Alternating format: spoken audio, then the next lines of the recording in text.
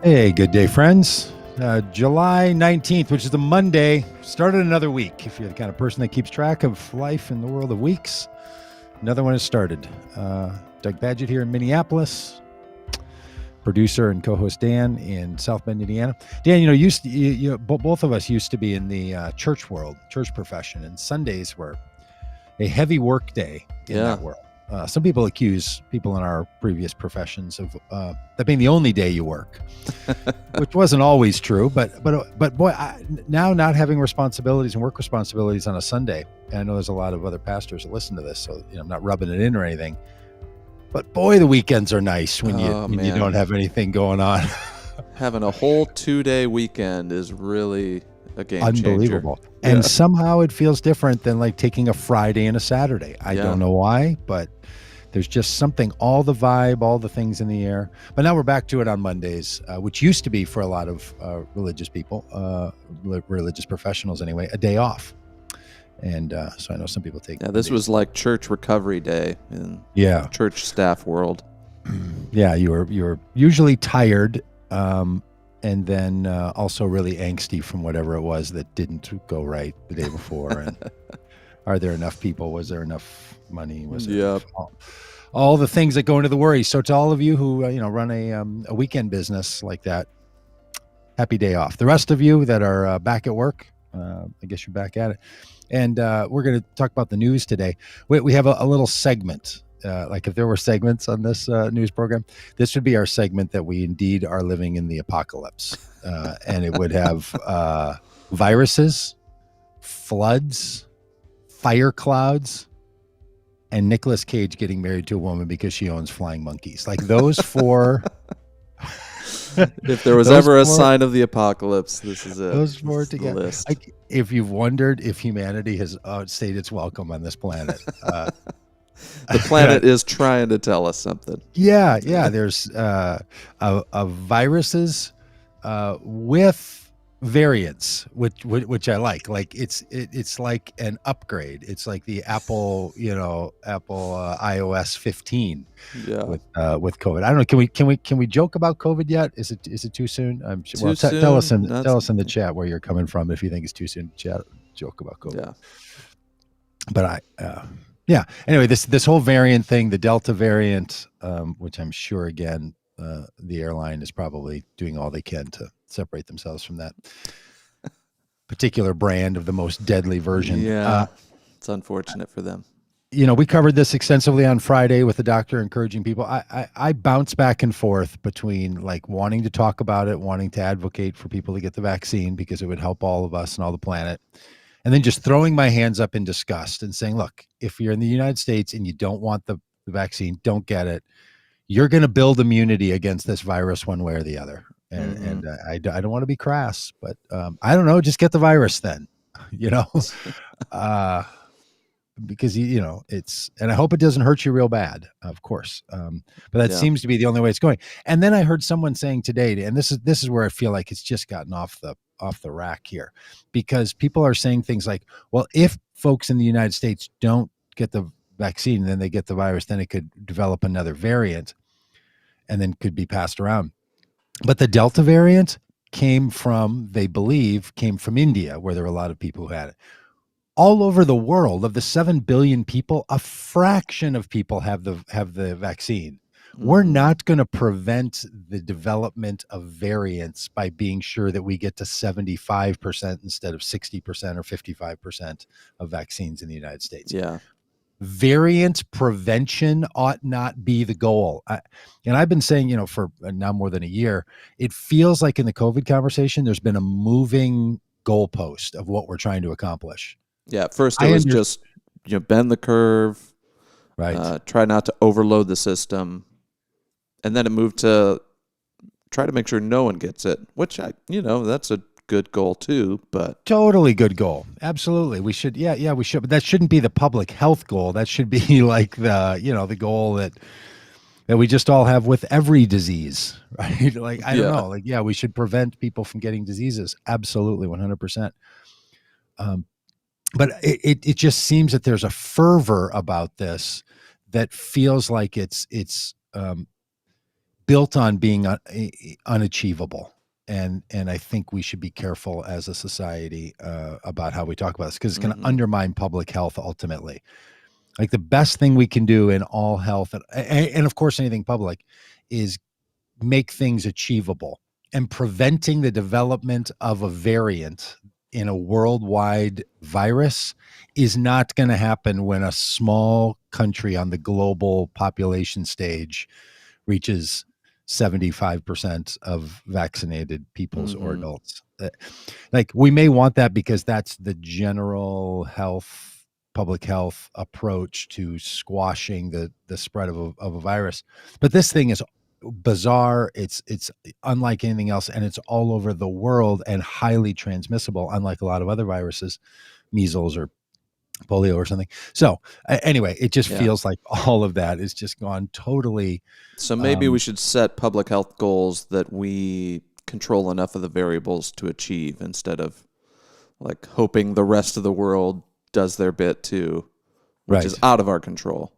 Totally out of our control. So people who are blaming, and I heard some news folks this morning doing this, like, look, you people that aren't vaccinated, you're going to cause this variant to spread in the United States. And that's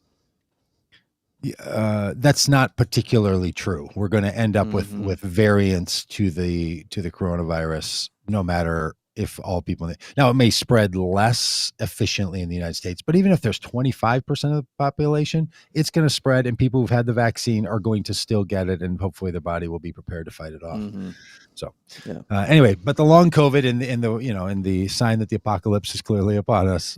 There's a virus, and then and these long COVID symptoms are a really big deal. I know some Yeah. people have really struggled with this. And anytime you're dealing with people's immune systems, man, our immune systems do not respond evenly. They don't respond equally. Mm-hmm. So it's you don't want to get this disease for Right. sure. Yeah, I've But got friends that it has knocked them out for 6 months. Like I've hmm, got a mountain climbing friend, like super active, super fit, and he's just been like can't work, can't he can work a couple hours a day. He can't look at screens because it just you know wow. it's knocked him out for about 6 months, and he's just now sort of getting back to what he'd Hmm. call like 90%. And yeah, it's serious. Yeah, and there's no amount of those warnings that help people who are vaccine avoidant to Mm-hmm. be less vaccine avoidant, Yeah. from many of the things that we've talked about before. Yep.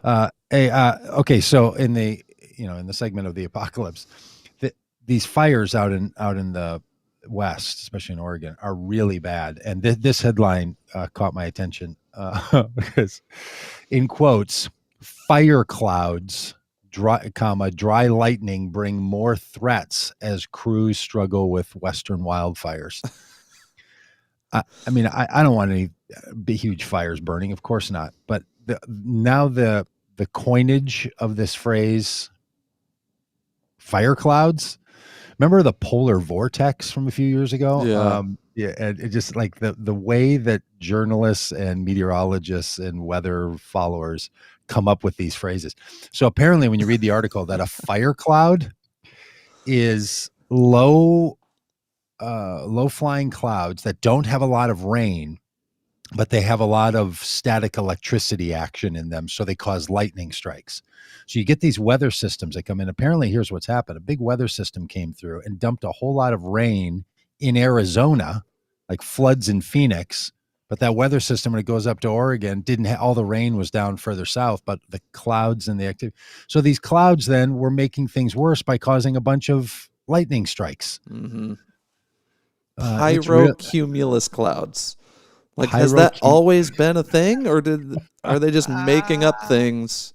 They've got to make up words to describe all these apocalyptic new things. Lightning strikes, pyrocumulus, Pyrocumulus clouds, fire clouds. fire clouds. Yeah. Now, look, you can tie a lot of this to shifts in our global climate, which to people who deny all that, a very small amount of global warming, especially water warming, makes an enormous difference in the ecosystem. Yeah, one or So you two might say, degrees really yeah, shifts things.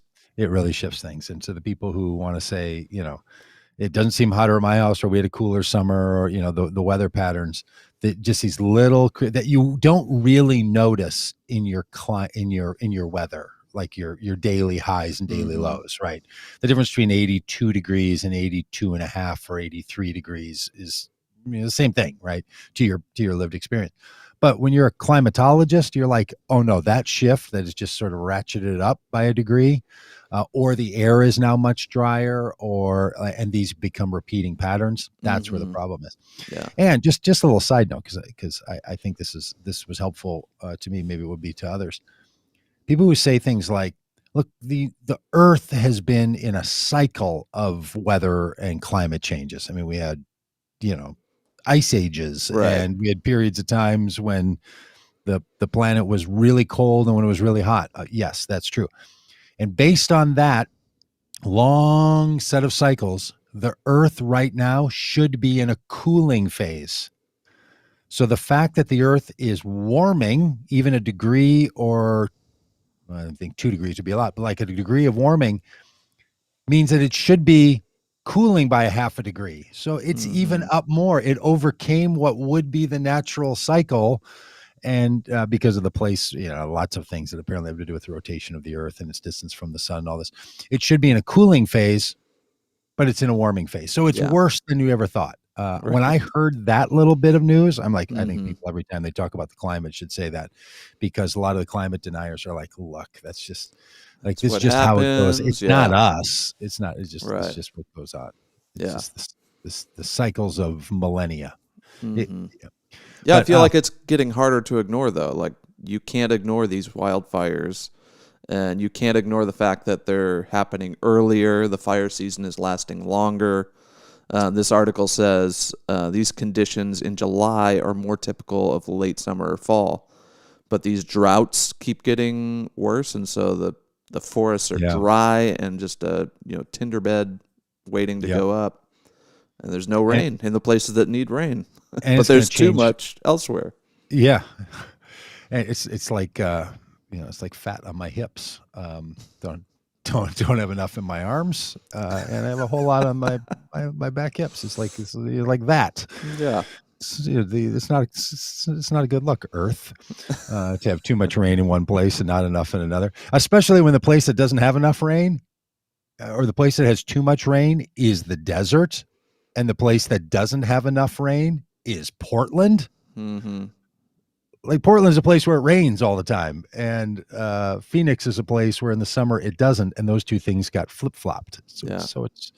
it's I heard some way back, I don't know, it's probably in 2005 or 6, they said, it's not global warming we need to worry about, it's global weirding that we need to worry about. Have you ever heard Yeah. that? Uh-huh. Weird things happen, global Right. weirding. That's not going to catch up. Yeah. Like in South Bend, we've had two major floods in the last couple of years. One was called a 500-year flood, and the other one was called a 100-year flood. We had both of them in the span of like 3 years. Yeah. It was like Yeah, these shouldn't happen that often, right? maybe that doesn't mean what you think. Yeah. Speaking of floods and the apocalypse, over in Germany, really devastating floods. Satellite imagery of the damage is just something else. Mm-hmm. So much water, like 2 months worth of rain came in a day. Just an unbelievable deluge. And this is what happens when the weather patterns get all wackadoodle. Mm-hmm. So viruses, fires, floods, and then the real proof of it all, this headline about Nicolas Cage. Nicolas Cage says that his wife's pet flying squirrels are what made him realize their relationship could work out and they should get married. When I first saw that headline, I thought, that's it. We're not going to say it. I'm not even going to read the article, because a headline, Nicolas Cage says his wife's pet flying squirrels made him realize the relationship could work out, is so perfectly Nicolas Cage, and such a perfect example of what makes the news. Why Yeah. Vanity Fair writes an article with that headline, and why Apple News puts it into my news feed, and then we put it on the podcast. Yeah. We made a decision as well. Unbelievable. Nicolas Cage says his wife's pet flying squirrels made him realize the relationship could work out. So I tried to avoid reading it. And then I did read it. He met his new wife, who's 27 years old. I think Nicolas Cage is early 50s. His fifth wife, and they met in Japan where she lives. And when they were chatting, apparently he said to her, "Hey, do you have any pets?" Because perhaps the conversation had already devolved to the point where there was nothing left to talk about. So he said, "Do you have any pets?" And she said, "Yes, I have flying squirrels," of which he knows something about. And he thought, "That's it. This is the one. That's This is the the one thing. for This me." is the one. And said, next thing you know, he proposed over FaceTime and FedExed her an engagement ring. She came to Las Vegas, got married, and the two and their flying squirrels are now happily married for some Hey, indefinite period of time. whatever works for you. It's like, what's the opposite of a red flag? Like the thing,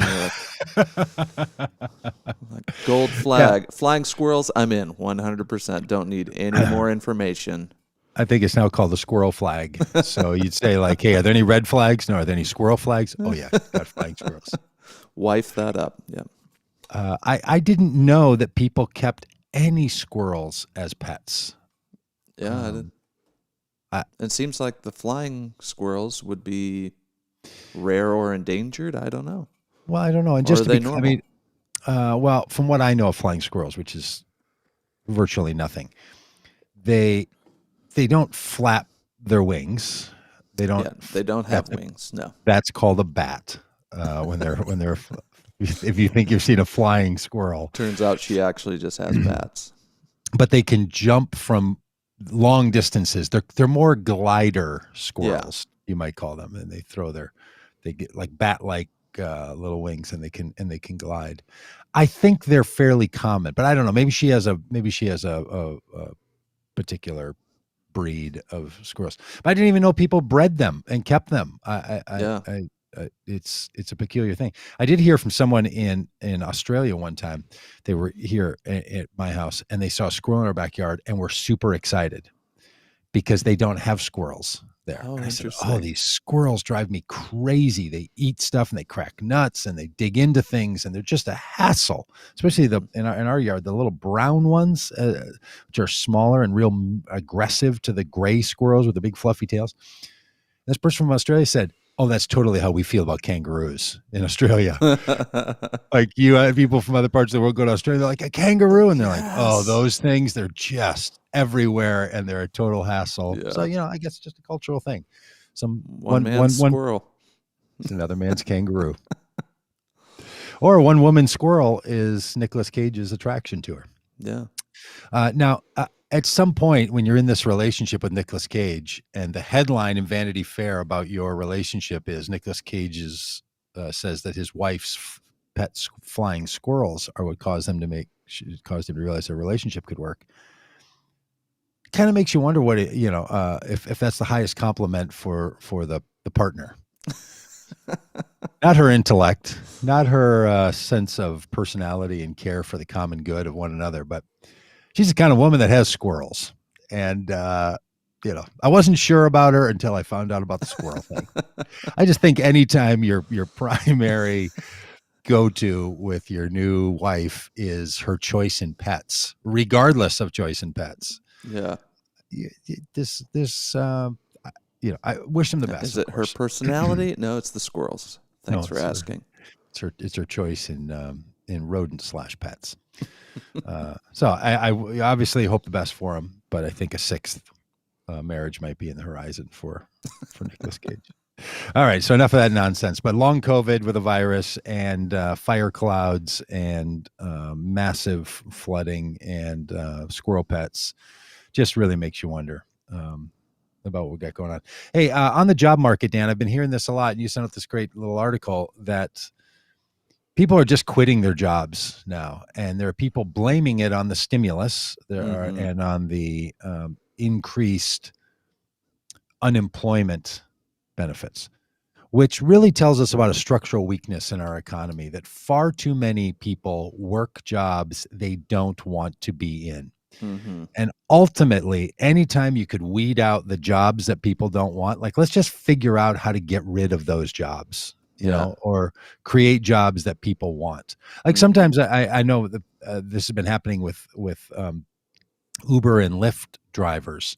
It's very hard to get an Uber driver in some towns and some places. I had a friend that tried to get one in Memphis, and he's like, it was 40 minutes and just kept denying and denying. Then I couldn't get a rental car because rental Mm, cars are sold out yeah. because rental car companies sold off all their cars during the shutdown Right. and now can't buy new ones, and they have to have new cars because that's how rental companies work, and they can't get them. So you can't find rental cars, and they're really expensive. And then Mm-hmm. Lyft and Uber, all of a sudden we're back to, it's 1993 again. And you're like, what am I going to do? Take a cab? How's this supposed to work? But sometimes But all the cab companies went out of business because of Uber and Lyft. because of So Uber and Lyft, yeah, they drove them out. So apparently, some people are, just not going to work. But every once in a while, I would say even more than that, I talk to Uber drivers and Lyft drivers all over the country, and very often they're like, "Oh, I love this job." Like some people do it just because they're trying to find their way, but some people are like, "No, I really do like this and appreciate this." So I'm saying that there are some jobs some people don't like at all, but other people do. mm-hmm. But boy, it would be a nice goal if we said, hey, let's automate or find another way to accomplish all the crappy jobs. And if jobs are really crappy and people don't want them, let's find a way to make them better. Like Yeah. instead of the single thing is your financial sustenance is the only thing we're going to hold over you. And as Mm-hmm. soon as people have a chance where like, I don't need insurance or I don't need the paycheck right now, I quit. Like you don't want people in jobs that they would quit if they could live, Right. off of a bare minimum of 6 months or 9 months of unemployment support. That Yeah. that would be that shows another kind of problem in our system. But For apparently, sure. it's happening all over. People are just not going to work. Yeah. Yeah. I saw a few headlines calling this the Great Resignation because so many people are quitting their jobs. This article says a record 4 million people quit their jobs in April alone. And That's this April. That's not last April, like during the right. pandemic when the Yeah. job went away. It's We like no, survived the pandemic, and people are like, and I'm I out. quit. Yeah. I'm not And doing I've it. heard anecdotally a lot of people when they've been working remote, things have been fine, and then their companies are saying, "No, you got to come back to the office. It's back to normal." And they're like, "You know what? Normal wasn't great for me, so peace Not out." doing not doing normal. Yeah. Yeah, I don't know what that's going to ultimately mean in our society. It's a complicated thing if Mm-hmm. if a whole lot of people start not working. And, there's only a small percentage of our population that works anyway, right? Of all the people, the 350 million people in the United States, a lot of people 70 and older, so maybe even 65 and older, aren't working jobs, regular jobs. A lot of people 18 and under are not working jobs. That's a big Mm-hmm. group. Then there's a lot of people who are partnered up, and one of the persons works fairly regularly, the other one doesn't, or does some sort of side jobs. And then there's people who have certain kinds of physical and emotional situations that don't allow them to work.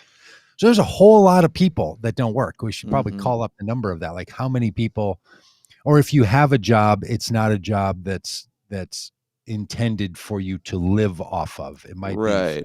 training purposes, or it might be for some additional income or something small, but it's not a primary driver in your life. And I don't know if it's those kinds of jobs that people aren't going back to, right? Where they're just like, no, I'm not doing that anymore. But so there's a whole lot of people that don't work anyway. So we shouldn't act like, I don't know what the percentage of people that have Mm-hmm. jobs and if 4 million is too high or too low. I know if you add 4 million jobs to the economy, people, that's a huge growth in jobs that are available. Yeah. Um, so there's just a whole thing we have to think about when it comes to jobs and work and the economy and all this that I don't ever hear people in politics or people that can affect the policies that influence hiring and firing and jobs and all that. I mean, other than people talking about if there's a minimum amount that people should be paid per hour through the minimum wage, that comes up a lot. And other than Mm-hmm. that, pretty much bank shot from the government doing something to cause more people to hire more people to do more people. So there's just a lot of not needing jobs the way that some people would like for people to have to need a job. And we have a Yeah. psyche in this country that tells people you should need a job and want a job and keep a job. Mm-hmm.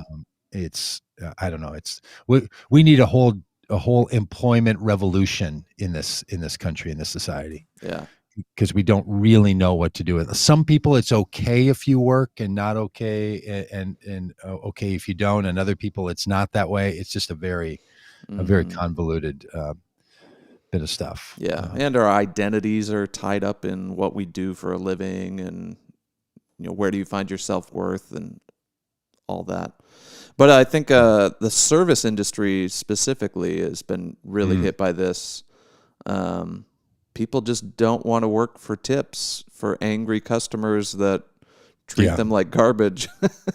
And then we're wondering why we can't find people to be servers and bussers and work in the kitchen. yeah. And And that whole thing, like that's how that economy got set up for people that are in the service industry. That this is you make $2.17 an hour, and then maybe you get tips, and so it's strictly dependent on you, on your pay is strictly dependent on the flow of customers. And like there's just weird things in our yeah. economy that some people are right at the nexus of other people's behavior, like a work for a service Mm-hmm. person of any kind, whether it's people that cut hair or do body work or serve food. Like if people come, then you get paid, and if not, and other people have jobs where it's like I don't know, I'm layered away from the impact of if someone buys something. Like there's Right. another system in place that keeps me employed. So all those people that are right on that front edge, man, this economy has been tough, and I'm not sure it's ever going to come back. A Mm-hmm. number of restaurants that I've been to, the service has been deeply impacted by them saying we don't have people to work here. Yeah. If you know anyone willing to Mm-hmm. work here, and that's the curious one. Like, so are these people really just sitting it out because they can stay on unemployment insurance, which I think runs out in September? I think the federal match for the states that have kept the federal match in place, I think that runs out in September. So it'll be interesting to see if it does run out, if it's not just re upped, which it very well could be.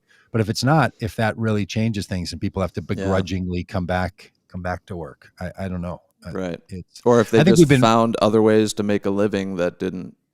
And the scheduling in the service industry, it's like you don't get a weekend, you're working nights mostly. Like it's just not a lifestyle conducive to having a family and social life. Like it's a hard way to make a living. yeah.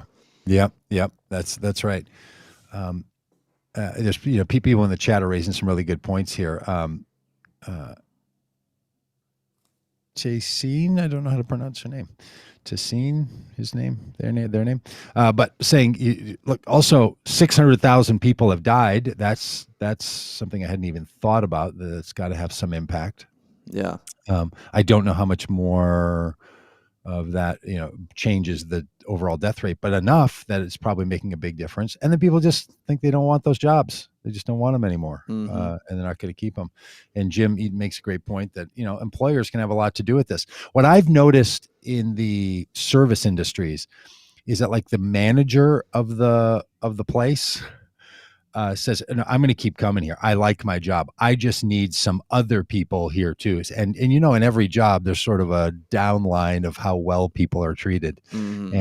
and it's hard to treat people well enough, in some service jobs because the Yeah. industry is just built in a way that doesn't work well, Yeah. especially the food industry, and it should be better. And I don't know why we've tolerated for all these years that food industry would be so abusive to people. Yeah. It's just and it's written off as like that's just the culture. Like, yeah, the chef is an angry, bitter man that treats everyone like crap.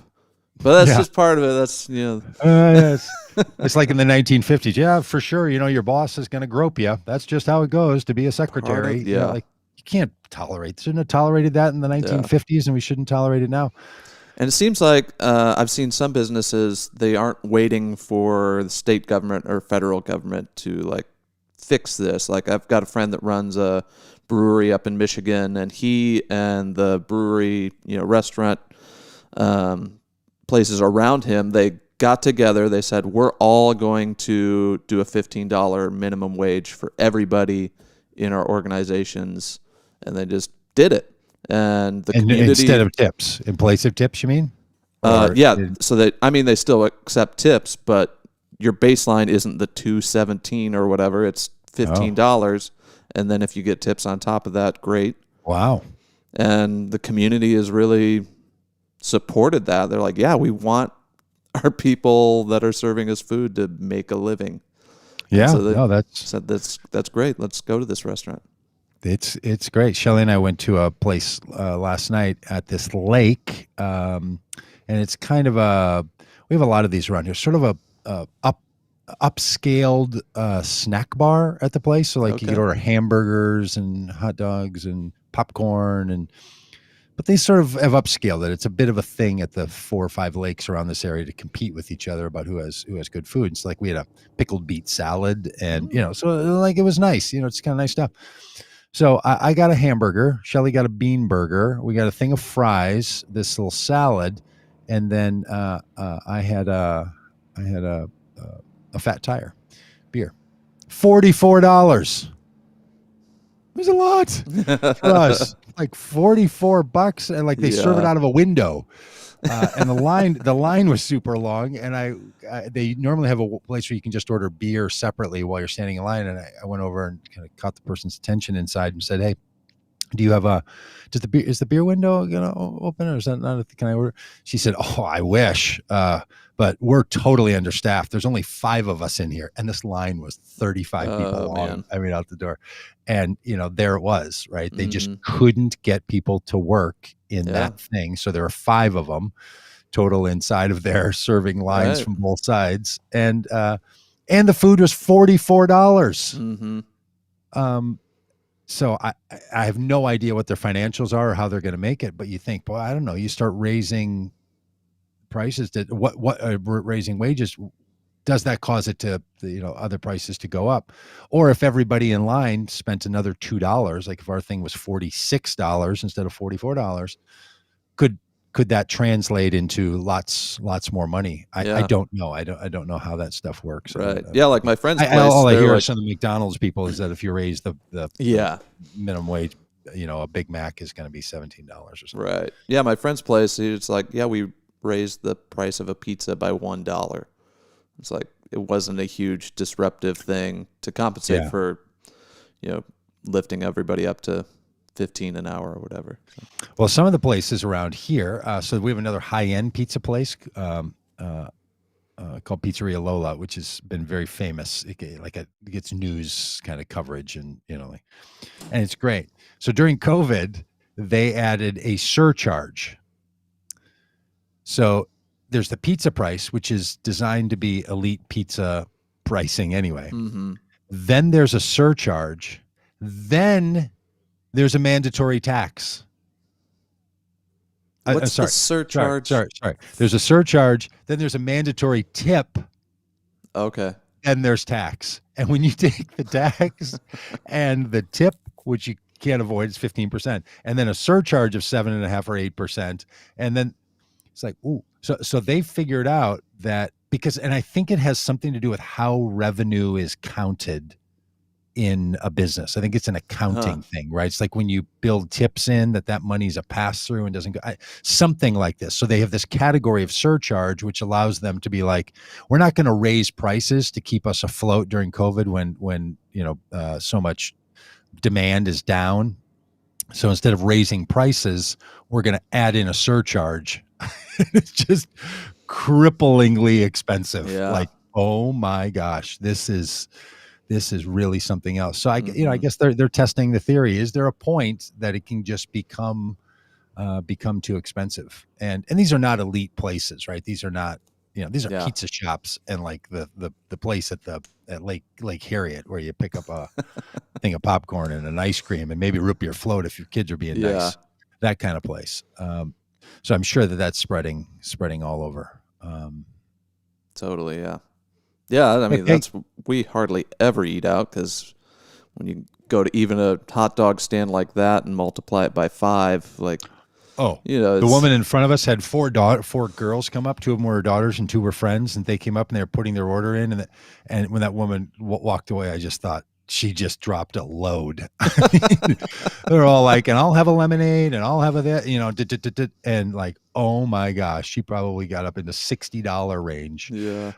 for this. Yeah, no, it is. There are times where it's just so much like that prepared food thing, which Mm-hmm. Shelly and I, having no children at home, and anything, is a shocking amount of food prepared by other people that we find ourselves. Well, me Yeah. much more than Shelly. I shouldn't throw her in on that, but um, and is this ultimately inflation? I don't know. I don't know if Yeah. that's Jim these mentions are. prices of everything are going up. Goods and services are going up much faster than wages.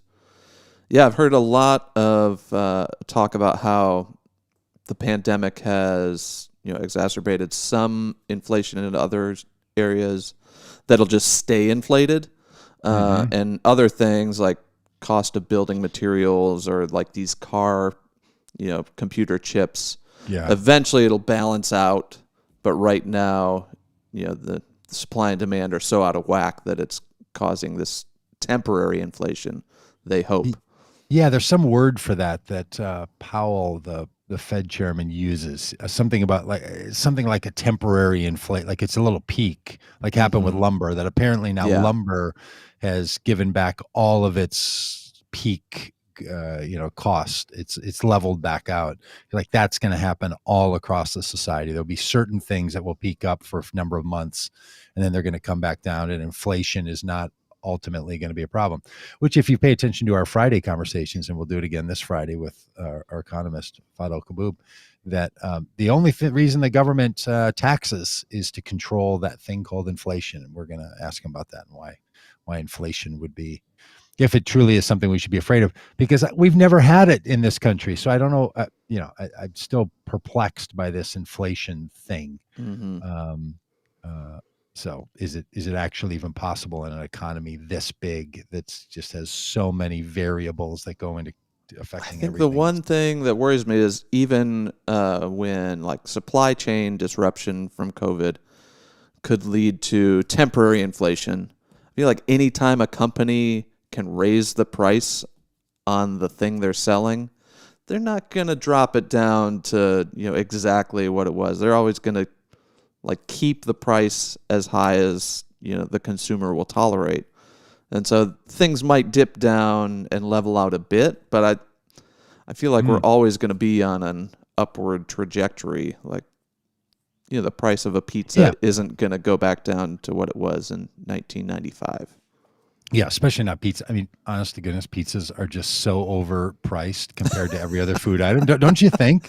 Like, Yeah. why is a pizza $29? Well, we were shopping the other day and we're looking for a Nuts. backpack for my daughter. She's going back to school. And we're looking at these Jan Sports, I Yeah. swear like 2 years ago you could buy a Jan Sport for $7. And now they're $50 for just a No. basic backpack. Like no frills, no, just $47 for a Jan Sport now. Well, now that I think about it, because I bought a JanSport back when I was a kid, if you can believe this. And I think we bought them and I think I remember it being like $30 like 15 years ago when our Hmm. kids, yeah, Maybe I've like been at buying the Target. knockoff version for way cheaper. I don't know. That's what you should do. Get on Amazon, man. Get on Amazon, find some, sure that stitching is going to come loose before Thanksgiving, but that's you deal with that down the It's road. You can probably from the same factory. you can hand stitch that thing. Yeah, it probably is from the same factory. Hey, a couple other newsy items. The Olympics coming up this next week. Still going through with it in Tokyo. No fans because of COVID issues. 48 hours after an athlete has finished their competition, they got to be out of the country. Wow. Thank you for playing. Use the door. So they're moving these people out. They're pretty sure. I heard one of the heads say, basically, athletes will have no contact with anyone other than the people they're playing with. Like we are going to lock these people down in a way that's just unbelievable. But they're still going through with this Olympics. Which is just, I guess that's what you do. I know there's a whole industry built around amateur sports, and this is so important in society, in the world, and so important to so many athletes. Mm-hmm. I just think about all the people who are crushed because like they peaked a year ago when this Olympics was supposed to happen last summer. Yeah. And then some of these poor people are getting sick or are getting, Or just exposed. I heard of one athlete that, just got exposed to someone who had COVID, and now they can't compete, Like, yeah, something so they have to apparently on the women's isolate for 2 weeks. gymnastics team, somebody just this morning, an alternate Mm-hmm. was diagnosed. So that could spread through the women's gymnastics, I mean, To train NBC would for, freak out ugh, if the United States is not in the gymnastics. Like that's got to generate so much right. attention because the Summer Olympics, like there's a few things you pay attention to: swimming and gymnastics. Mm-hmm. Occasionally some runners, but they've lost some high profile runners. So I know there's just worry galore about all this. Yeah.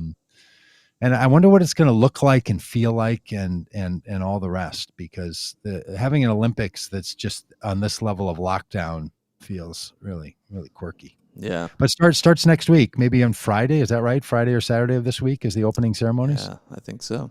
What are they doing for opening ceremonies? Are they going to have Nothing. all the athletes? Really? They're not even going I to don't open? know.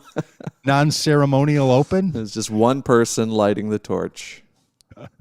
All alone with a Yeah. 50-foot stick reaching up and lighting the thing. Yeah, that's not just now it's dawning on me what's happening with that. And the Summer Olympics always sneak up in my mind anyway. Like I don't really pay attention to them coming up, and all the sports are all whacked out right now schedule wise. Like the National Basketball Association, the NBA, they have a game tomorrow night still in the championship. It's July 19th. That game's going to be on July 20th. The NBA is still playing the week that the Olympics are starting. Like it's just madness. Sports are all over. Yeah. And apparently there's this story, you read more than I did about it, but that they're building cardboard beds for the athletes. One of the reasons being that they can only hold one person at a time because they're trying to dissuade athletes from having sexual intimacy with one another at the Olympics, which apparently is a thing. Yeah, apparently the Olympic Village is just like Olympians gone wild. Yeah. Yeah. And the solution to that is to build beds that would collapse if too much weight is on them. Which says something about the decision maker's own sort of understanding of how people behave. And Yeah. yeah. All right. So the Olympics happening. And then finally, on a much more important note, the Biden administration is finally pushing for the depopulation and closing of Guantanamo Bay. Now, on our daily podcast, we have different topics each week, some that are each day, some that are focused. We like to do a little fresh take on the news. And sometimes the news stories really matter.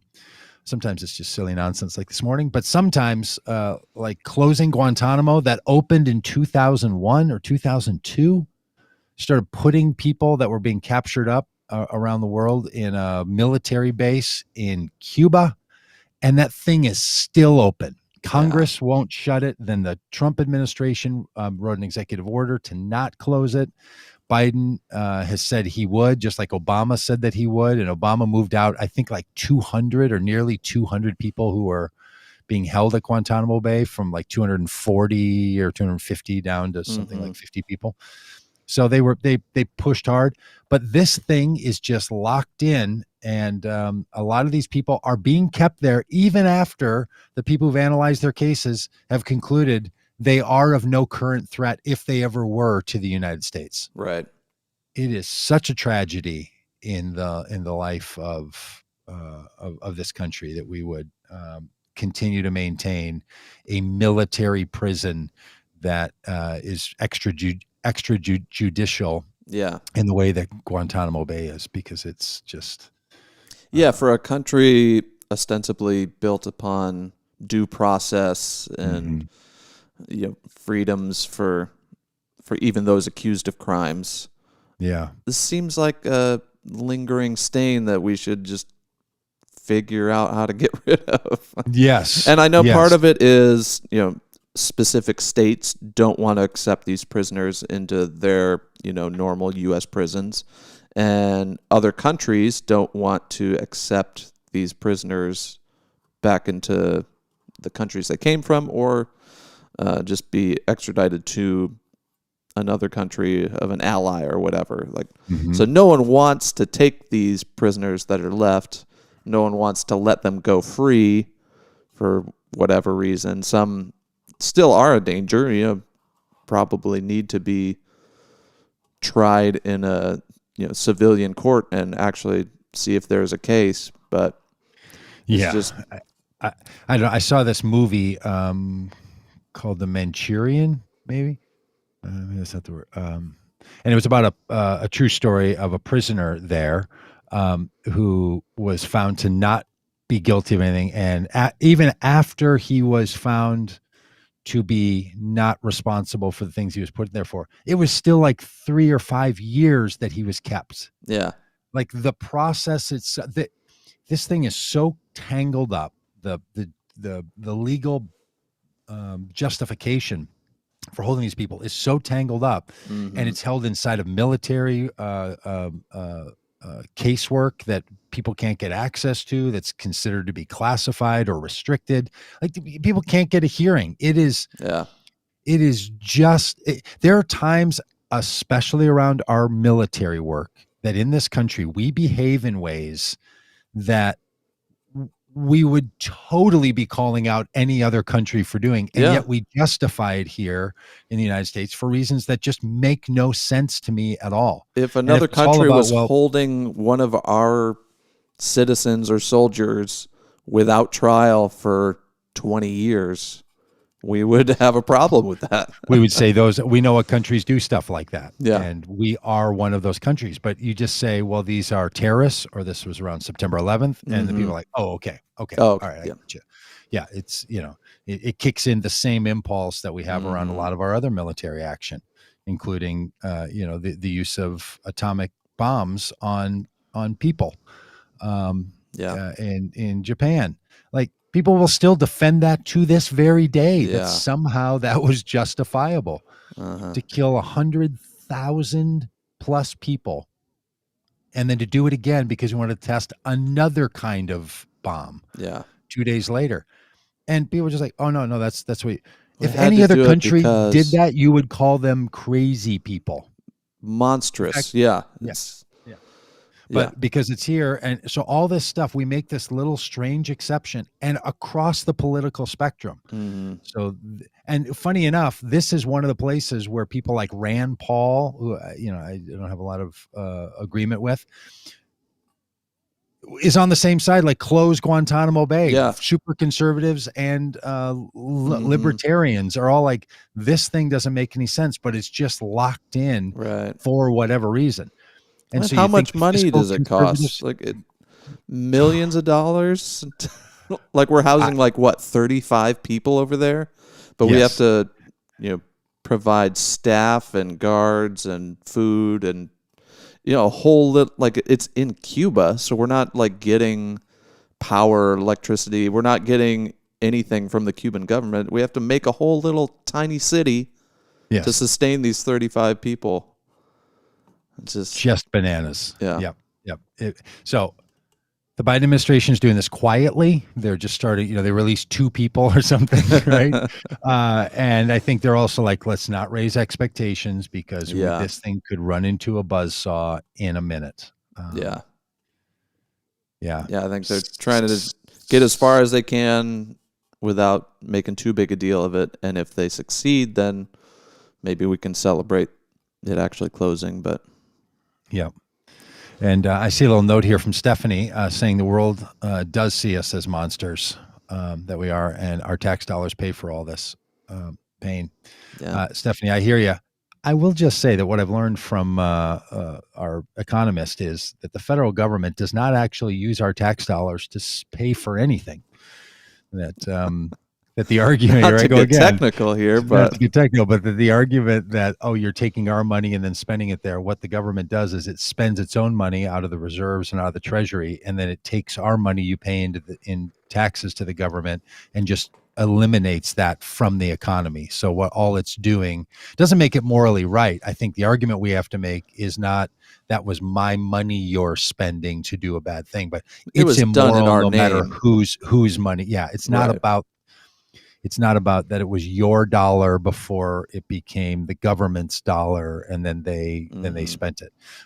So we talk about that a lot on Fridays. It has radically changed my understanding of the economy and all things in politics and all things in civic life that have to do with it. Again, that's only at the federal level. If your state prison is being operated, they're taking your money and they're spending your money at their state prison or at their Hmm. county jail or at your city lockup. That they're doing because the city, state, and county governments don't have their own money. The federal government, on the other hand, they don't need money from anybody. Yeah. In fact, they don't use your money. There's no bank account that money goes into. It just gets eliminated from the system. All they're doing is making sure the system doesn't overflow with money while they put money in. It's a Hmm. it's a different approach at the federal level. Um, Now I know that we're all conditioned, and I certainly was too until just a short while ago, to always think about that the money belongs to the citizens and the government gets it from us, and it's actually the other way around. The federal government gives all the money into the system that the federal government spends, and then taxes us just to take some out so that the system doesn't overflow. Which is called inflation. So that's what that whole thing is about. So we need our arguments to be something more than it's our money that's being spent. It's our name. It's our country. We are the federal government. So I Yeah. guess in the sense that it is our money that they're spending because we, the people, own the Federal Reserve, but it's not that it's our tax dollars that are Hmm. being spent. Yeah. Um, David Not Dark has sure a that makes any phrase. difference, but David Dark has a phrase. I think it's "we become what we abide."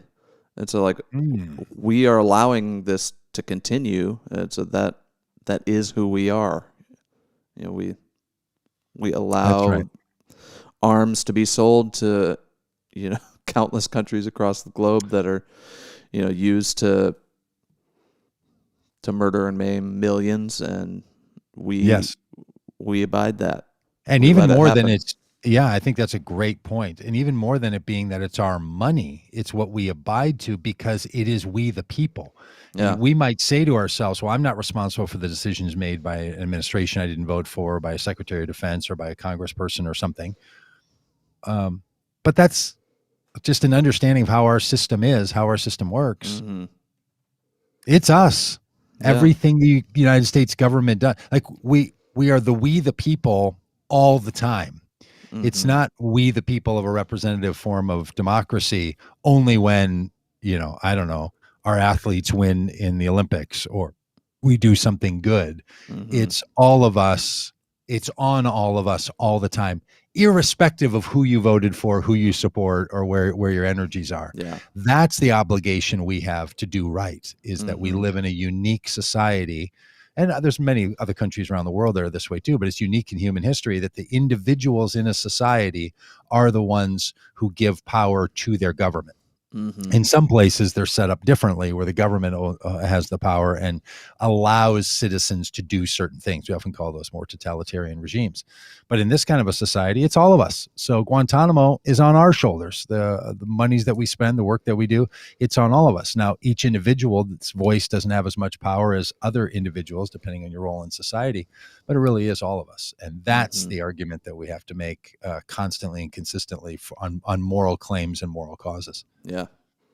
Yeah, and regardless of what political party is in power, like when Yeah. the Biden administration is not doing right by the people of the world at the border, like we got to call that out just as much as we did under Trump. Like this isn't about teams, it's about Common humanity. goodery. Yeah.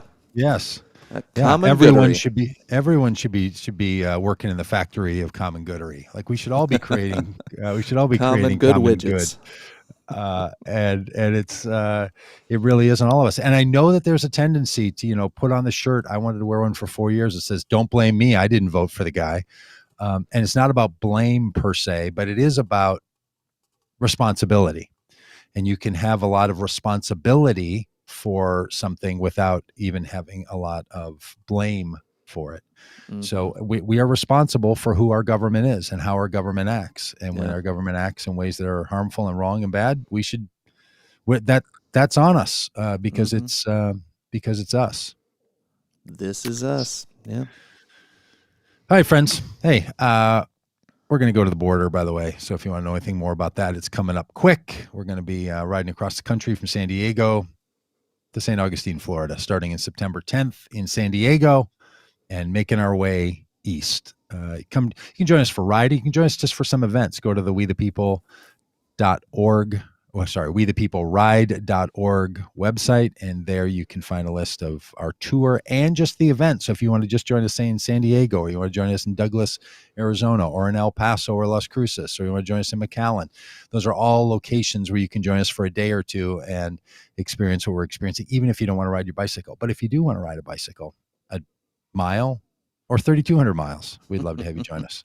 So, as Jim says in the chat, have a wonderful day, everyone, and we'll see you down